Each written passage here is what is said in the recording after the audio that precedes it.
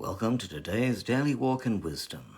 We're in the Song of Songs, chapter 5, verses 4 to 6. My beloved put out his hand to the latch of the door, and my heart was moved for him. We know that the Shulamite is speaking here because the beloved is always the king. And so she says that he put his hand to the latch of the door, and my heart was moved for him. I rose up to open to my beloved, and my hands dripped with myrrh, and my fingers with sweet-smelling myrrh upon the handles of the lock.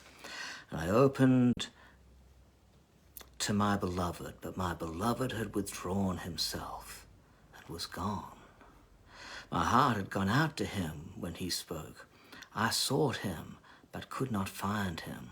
I called for him, but he gave me no answer. Note that the door was not merely closed, it was locked. Resistance has gained hold of the Shulamite. She has dug in and even locked the door to the king.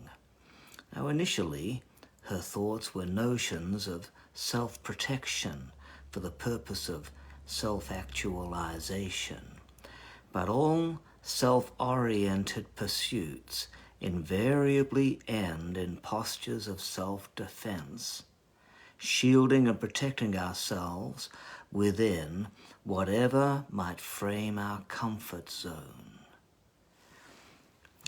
What this means is that whenever we try to protect ourselves, we actually create a wall around ourselves, and we're thinking we're doing it for our good, when in fact it becomes a problem for us in life. Beware your response when somebody offends you.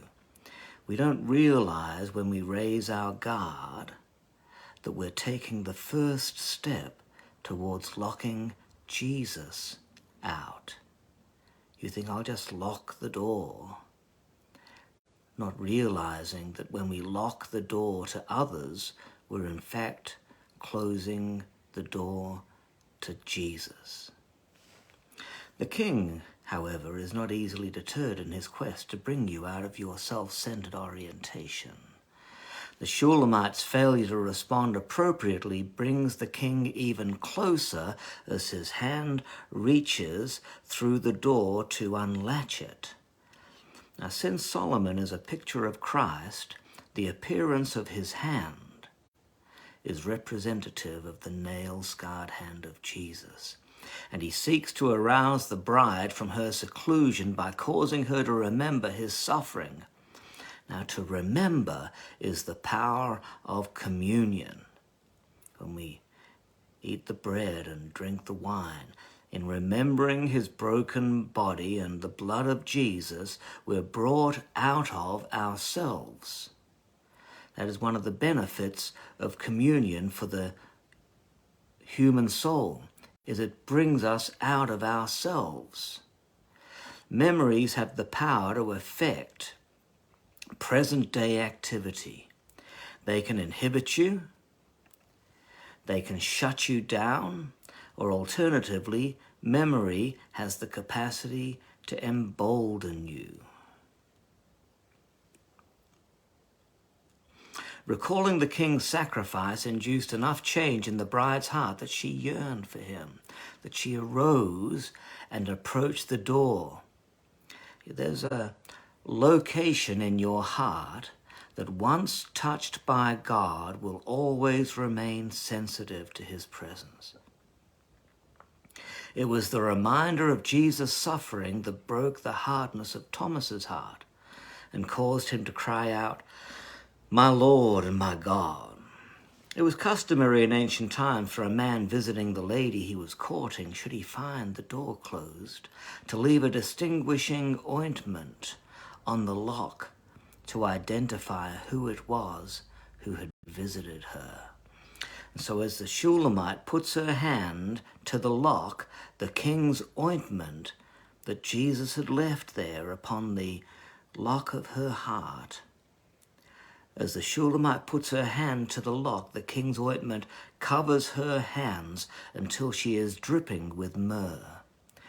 Now that the ointment pertaining to the crucified life, remember myrrh relates to the crucifixion of Christ, the ointment pertaining to a crucified life is on her hands, she can no longer put off dealing with her soul.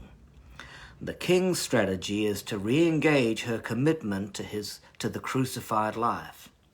Only in this state will she embrace the immediate obedience that he seeks. Finally, she opens the door, expecting the king to be standing there. She is shocked to discover that he is gone. Shocked and dismayed. She has been presumptuous. Presumption is the byproduct of the self-satisfied soul. Many is the man of God who, having enjoyed a period of moving in power, arrives at the place where he believes in his own reputation as being God's man of power for the hour. At that moment he moves from faith to presumption, and one day he finds God is no longer there when he needs him most.